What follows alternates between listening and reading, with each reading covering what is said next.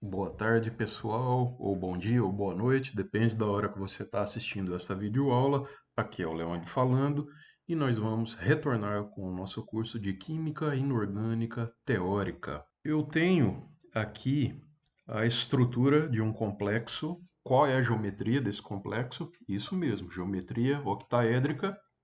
É um centro metálico de ferro e coordenando esse centro metálico de ferro, nós temos 6 moléculas d'água. Para facilitar a visualização, eu vou omitir os átomos de hidrogênio. Pronto. Então, nós temos aí que efetivamente quem está fazendo as ligações coordenadas com o centro metálico de ferro são os átomos de oxigênio. Certo? Então, esse é um complexo octaédrico, como a gente já está bastante acostumado. Em especial, esse centro metálico de ferro aqui é o ferro 3, tá bom? É o ferro 3. Por que eu estou abrindo esse complexo? Estou abrindo esse complexo para comentar algumas coisas referentes às ligações desse complexo e os eixos coordenados. Essa ligação, essas duas ligações aqui, ó, essa, tá bom? Essa ligação aqui e essa aqui de baixo são as ligações que nós chamamos de ligações axiais, tá bom? E as demais ligações são as chamadas ligações equatoriais. Então, nós temos as ligações axiais e as ligações equatoriais, tá bom?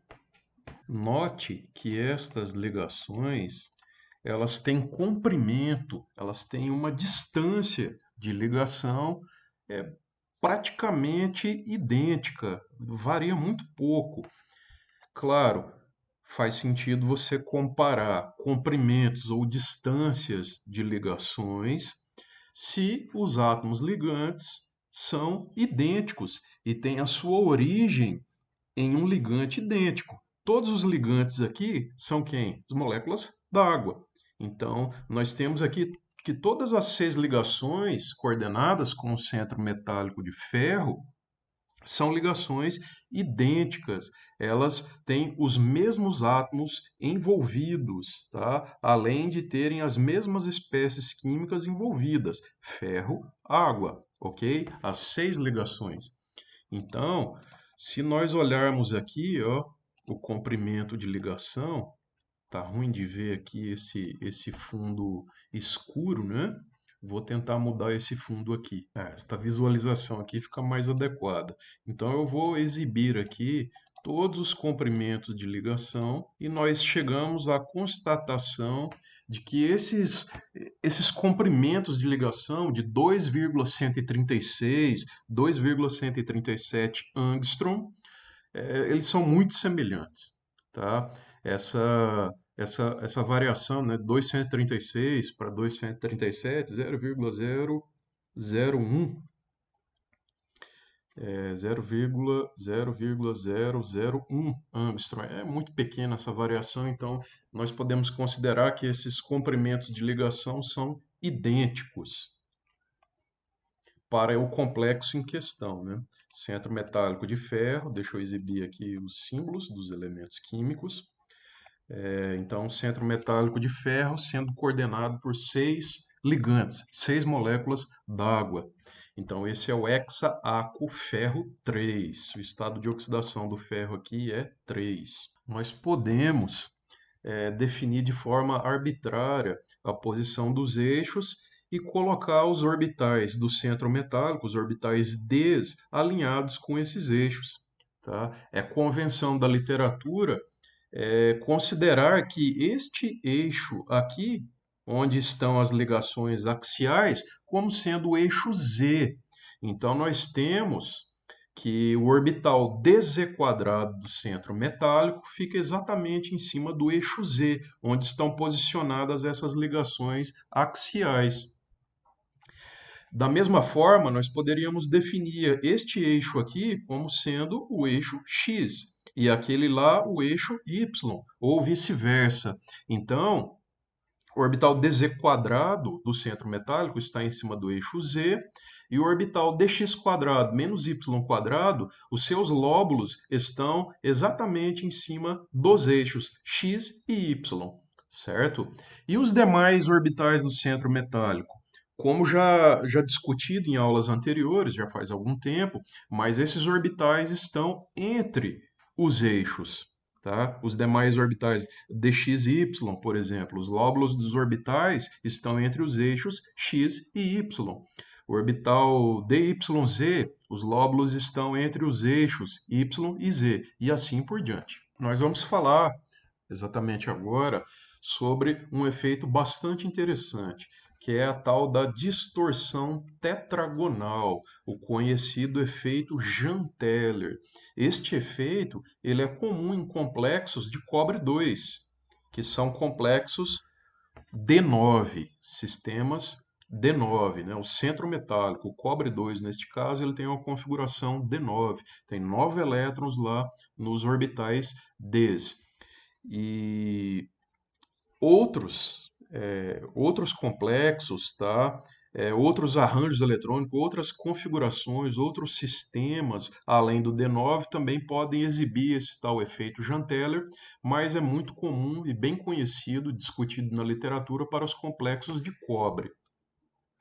Os complexos de cobre 2, nós temos vários exemplos onde esses complexos são octaédricos.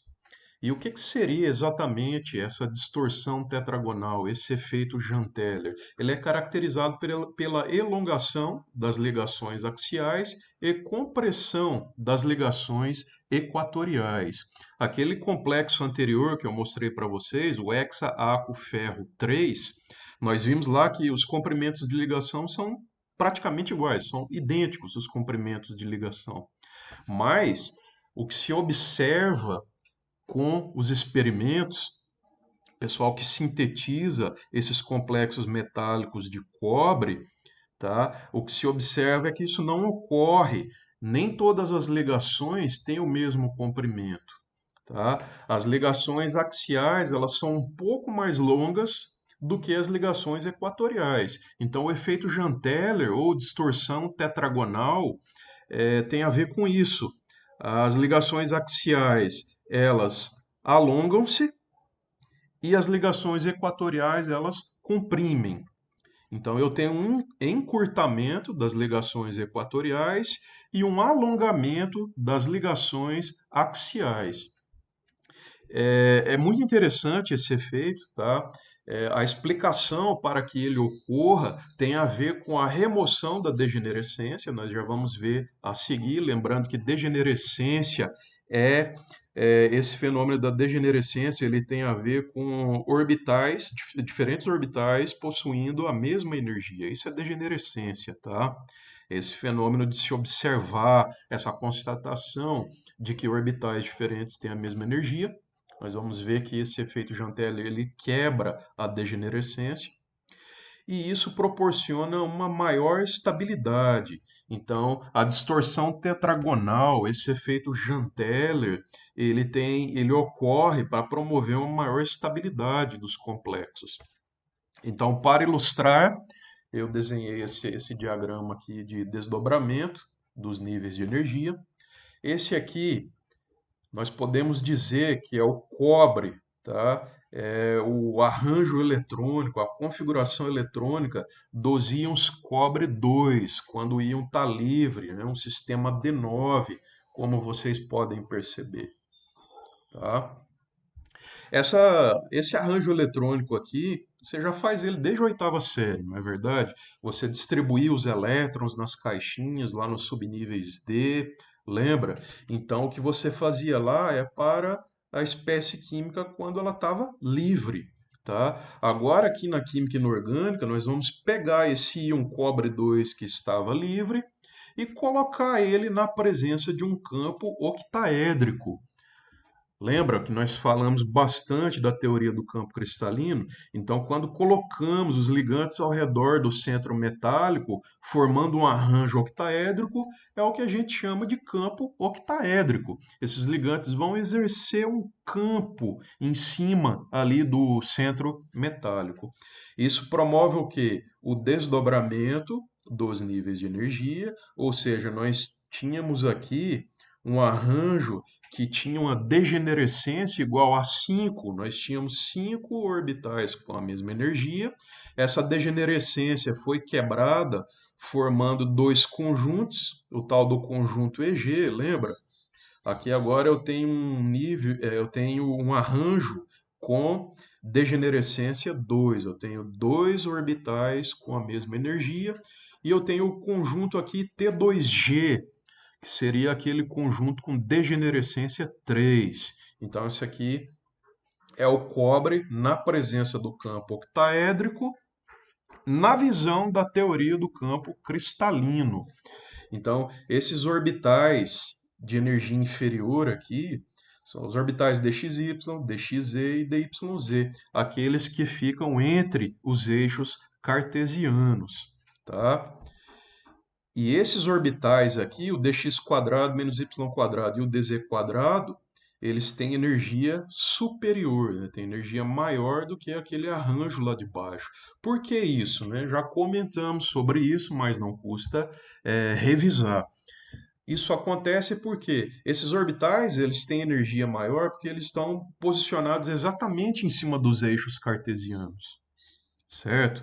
Se eles estão posicionados exatamente em cima dos eixos cartesianos, eles vão interagir diretamente com os ligantes, por isso a sua energia é maior. Lembra que da teoria do campo cristalino, os ligantes são o quê? São cargas negativas, são bolinhas, são esferinhas de carga negativa. São esferinhas de carga negativa. Então, esses orbitais têm energia maior, esses aqui têm energia menor. E agora, aplicando a distorção tetragonal. O que que é a distorção tetragonal? Nós vamos alongar as ligações axiais, tá? E comprimir as ligações equatoriais. Quando você alonga as ligações axiais, você está, de certa forma, liberando, né, espaço para os demais ligantes das ligações equatoriais chegarem mais próximos ao centro metálico. Então, as ligações axiais alongam-se e as ligações equatoriais comprimem-se, tá bom?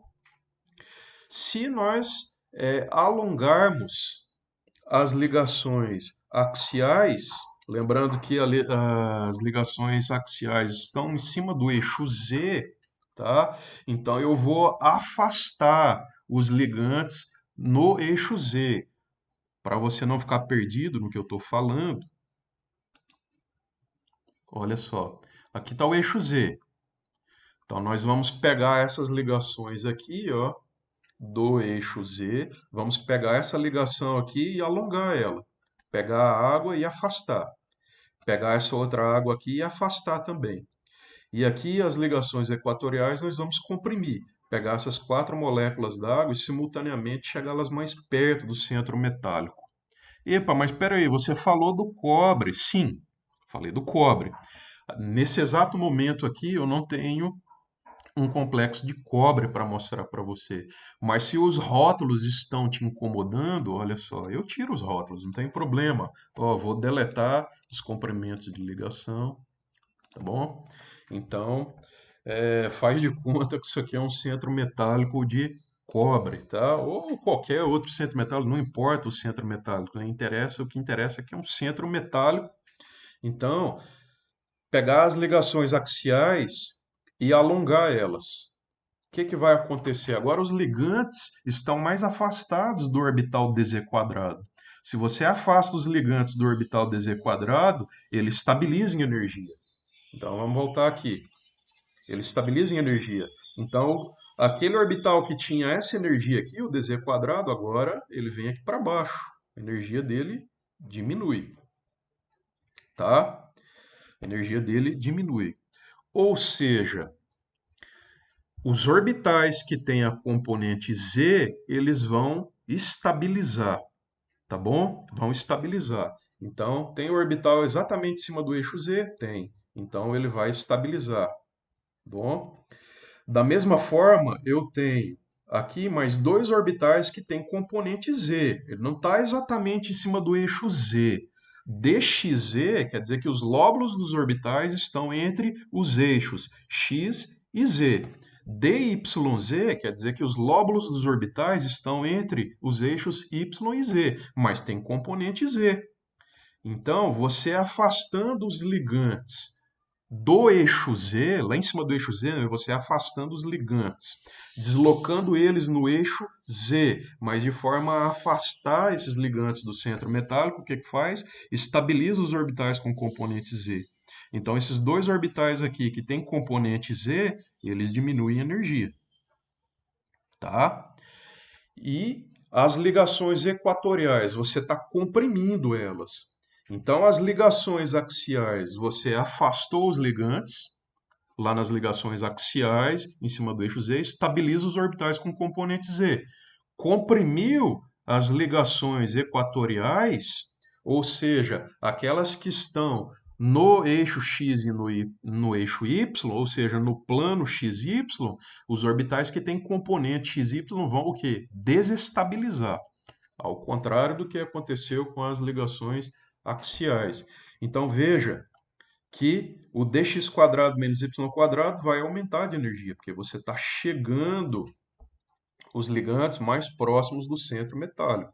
Então, orbitais que têm componente XY vai aumentar de energia. Aqui eu só tenho um orbital que tem componente XY, que é o orbital dxy. Então, vai aumentar em energia. Então, isso é a distorção tetragonal. Distorção tetragonal, então, é você alongar as ligações axiais, comprimir as ligações equatoriais. Quais são as consequências para os níveis de energia do centro metálico? Está mostrado aqui, tá? Então, eu tinha o íon livre. Quando o campo é octaédrico, ocorre esse desdobramento. Estava todo mundo com a mesma energia, desdobrou, formou dois conjuntos. Um com menor energia, outro com maior energia. Se eu pego a geometria octaédrica, certo? Se eu pego a geometria octaédrica e faço a distorção tetragonal, qual vai ser a consequência? Esses níveis de energia que eram degenerados vai desdobrar. Desdobrou em dois níveis. Ou seja, removeu a degenerescência. Olha que está escrito aqui, ó, efeito Janteller, a distorção tetragonal promove a remoção da degenerescência. Então, aconteceu isso aqui. E a degenerescência que eu tinha aqui, ela também foi parcialmente removida. A degenerescência era 3, agora eu tenho degenerescência 2. Então, desses três orbitais com a mesma energia, houve também um desdobramento. Desdobrou para um nível de energia superior e dois níveis de energia inferior. Então, isso é remoção da degenerescência. Isso promove o que? Aumento da estabilidade, tá? Se nós computarmos a energia devido à distorção tetragonal, ou seja, devido ao efeito Janteller, a energia vai ser menor do que no caso octaédrico, tá bom? Então, a distorção tetragonal, ela promove o quê? Ela promove, ela pega a geometria octaédrica e faz ela se transformar ainda no octaedro, mas um octaedro distorcido, onde nós vamos ter as ligações axiais mais compridas do que as ligações equatoriais, tá? Então, tá aí. Este era o arranjo do cobre 2 livre. Aqui é o arranjo na presença do campo octaédrico. Aqui é o arranjo devido à distorção tetragonal.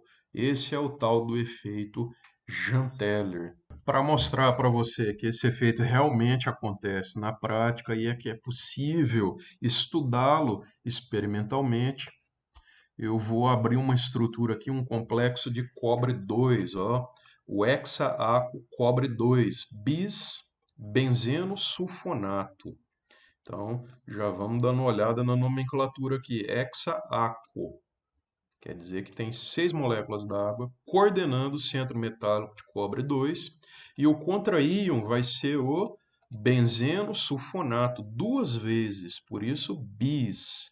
Então, são 2 grupos benzeno sulfonato para cada hexaaco cobre 2.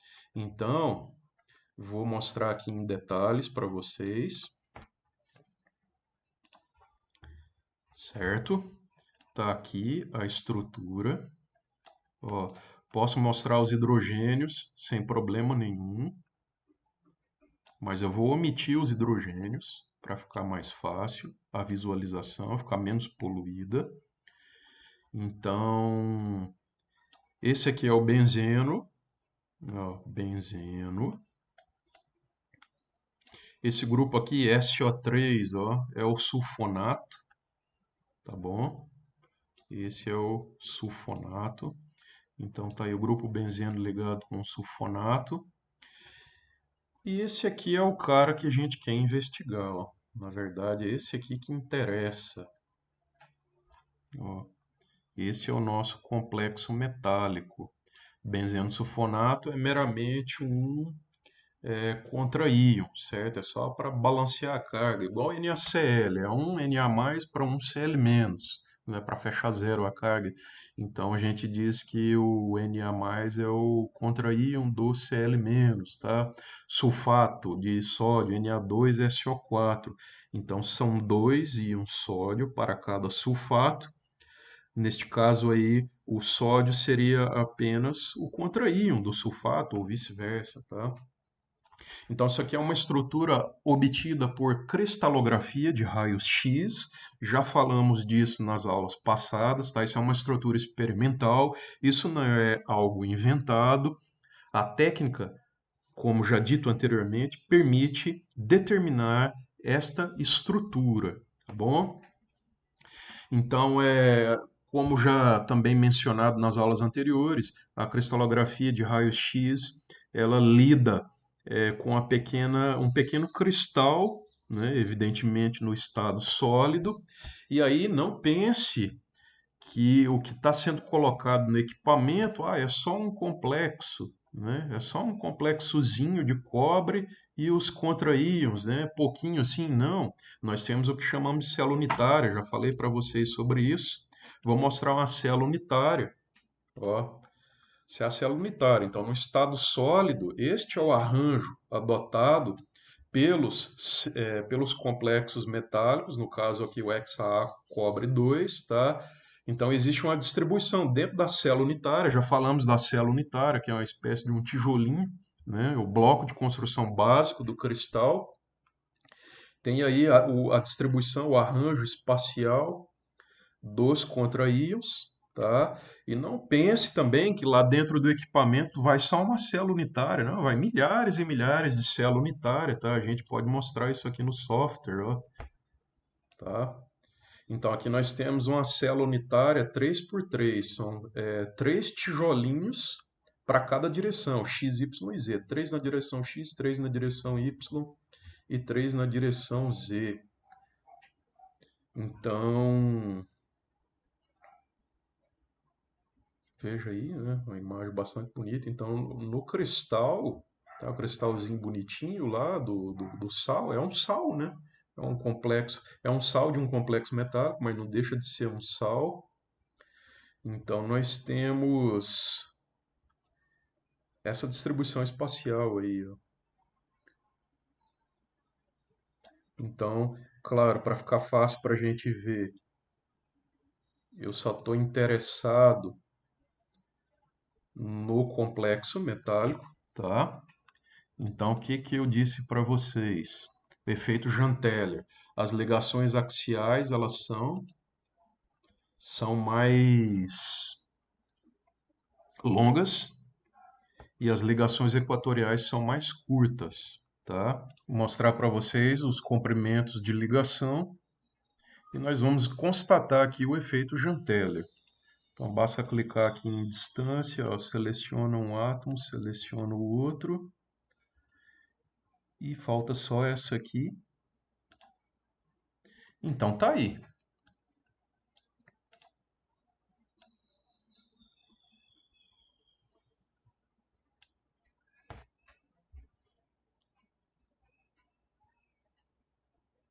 Tá aqui. Estamos constatando, tá, através de uma evidência fortíssima, uma evidência muito forte, uma evidência experimental, que é a cristalografia de raios-x. É uma técnica muito poderosa, tá? Quando você consegue cristalizar uma substância e você tem o raio-x daquela substância, claro, tem todo o refinamento, aí depende muito da experiência do operador, é uma técnica muito poderosa, confiável, tá? Se executada da forma correta. Nós vemos aqui o efeito Janteller, ó. Mas eu não estou vendo o efeito Janteller, olha só. Talvez a posição aqui não está te ajudando muito, mas olha só. Acho que assim dá para ver. Ó, nós temos essa ligação aqui, ó, 2,26 angstrom. E essa outra ligação aqui, ó, 2,26 angstrom. Todas as outras é 1,96, 1,98. Vou girar aqui, ó. Aí, ó, acho que assim ficou melhor ainda, né? Então, ó, essas aqui são as ligações equatoriais, ó. Essas são as ligações equatoriais, ó. Eu tô com medo de clicar aqui no não e desaparecer tudo. Desapareceu tudo. Vou colocar de novo aqui, ó. Não tem problema. Ó, 2,26, 2,26. Essas são as ligações axiais, tá? Então elas são mais longas do que as equatoriais. Então agora eu vou colocar de novo para você ver as ligações equatoriais. Ó, 1,98, 1,96, 1,98, 1,96, tá vendo? Então as equatoriais são mais curtas do que as axiais. Isso é o efeito Janteller, tá? Isso é um efeito bastante conhecido. E os complexos de cobre 2 eles exibem esse efeito. Isso é bastante conhecido na literatura, esse efeito Janteller para os complexos de cobre 2, certo? Ainda que eu tenha aqui um octaedro, tá? Ainda que eu tenha um octaedro, geometria octaédrica para esse complexo, é um octaedro distorcido. Afinal, ele tem duas ligações mais longas do que as outras quatro ligações, ainda que os ligantes sejam idênticos, tá? Então é muito interessante ver isso. Mesmo os ligantes sendo idênticos, tá? Isso aqui é uma evidência muito forte do efeito Janteller. Ligantes idênticos e duas ligações são mais longas do que as demais. As duas ligações axiais são mais longas do que as ligações equatoriais. Está aí, esse é o efeito Janteller.